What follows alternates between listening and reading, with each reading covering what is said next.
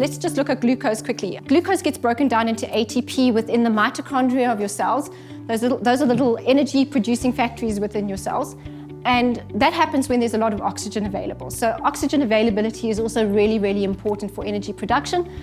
When that happens, when conditions are optimal, one glucose molecule actually makes 36 molecules of ATP. When conditions are less optimal and there's no oxygen, that breakdown of glucose can't actually happen in your mitochondria, and it actually has to happen outside of the mitochondria, inside the cytoplasm of the cell, without oxygen, and then only 2 ATP molecules are made. And then there's a byproduct of that called lactate, which we're going to talk about a little bit.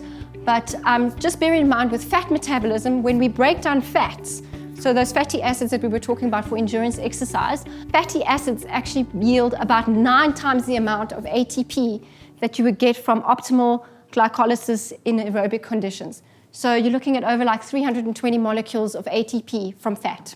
Okay, so yeah, you are allowed to eat it. Okay, just eat the right stuff. So just bear that in mind. One of the things that I just wanted to talk to you about is, I think lactate or lactic acid's got a really bad rap. I think most of us in this room will say, oh, we know what lactic acid is, right? When you overtrain, what happens to your muscles? You get stiff and sore, right? And everyone's like, oh, it's lactic acid buildup. Actually, that whole theory has pretty much gone out the window now. We don't really think it's lactate that's doing that. What we think that's from is from the muscles tearing as you work them, as well as the inflammatory molecules that are actually being produced once you're working and exercising those muscles, as well as the free radical damage that's caused during exercise. Lactic acid, or lactate as it's now called, is actually thought to be quite beneficial for your body. Did you know that? So what we actually think is that lactate is not this waste product that's produced during anaerobic respiration, that it's actually an essential component of protecting muscles against fatigue. So if you think about it, when your muscles are undergoing anaerobic respiration, conditions are not optimal. You don't have enough nutrients, you don't have enough oxygen. It's difficult for your body to extract ATP from the foods that you eat.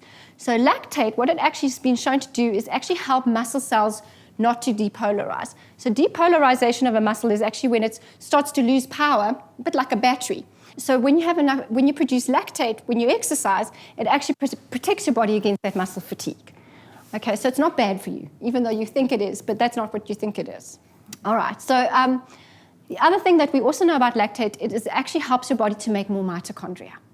So the more mitochondria you have, the more nutrients you can break down and the more energy you can produce. So it becomes quite an important thing. So we want to make sure that the lactate that we are producing in our bodies is being used optimally by our bodies. So it's okay to get stiff. It's good to get stiff. It shows that your body is adapting to the exercise that you're putting on it. And as an athlete, you will know, to put yourself to the next level, you actually have to push yourself a little bit further, and you do need to get sore, you do need to get stiff, otherwise you're not going to build muscle. So just bear that in mind. We've got 3 energy-supplying nutrients, and they are carnitine, CoQ10, and D-ribose. So they are quite important, and basically they maximize the amount of energy that can be extracted from nutrients using oxygen. So, they're not just good for athletes, they're good for anybody who's tired and that sort of thing. So although a lot of what we talk about today is related to athletes, you can always use a lot of these suggestions for non-athletes as well. So what actually happens is carnitine, and we're going to talk about fatty acids because that's really where they're involved with energy production. Carnitine transports these fatty acids into the mitochondria of the cells. CoQ10 then helps it to be broken down and used for energy. And then D-ribose is actually a component of ATP. If you don't have ribose, you're not going to make ATP because D-ribose actually holds the adenosine molecule to the 3-phosphate molecules and actually holds your ATP together. So all 3 of these nutrients are actually really, really, really important for energy production in the body. So we at Solgar call them the energy triad. I don't think we're the only ones, but really worthwhile for anybody who's tired and lacking energy. One of the things that we know about exercise is that it tends to deplete glycogen stores. Glycogen is that stored sugar within your muscles that your muscles will then break down for energy. But what we know with people who get tired when they exercise, often it's because they don't have enough glycogen stored within their muscle cells.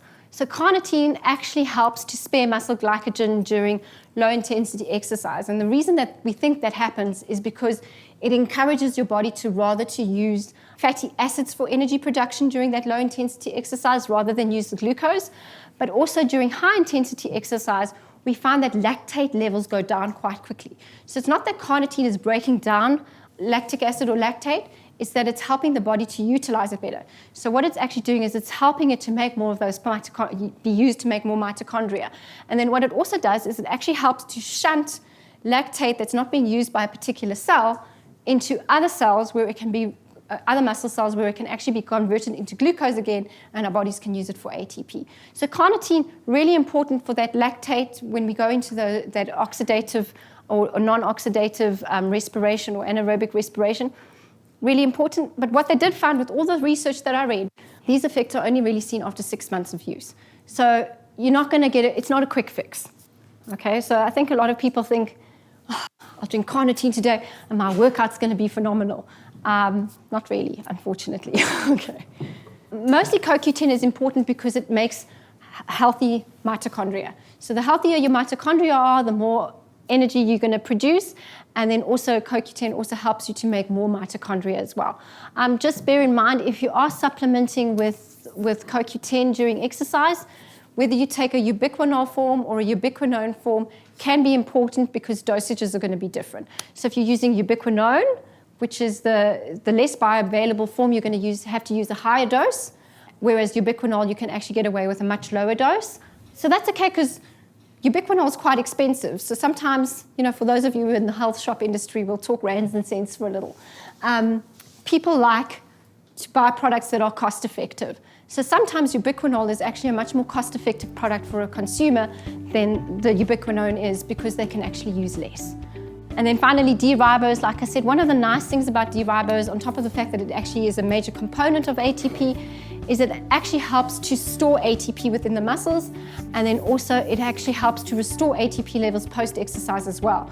So if you've lost a lot of ATP because you've been so physically active and you've lost that energy, you're going to replenish ATP stores much more quickly by taking D-ribose post-exercise than if you didn't take anything at all.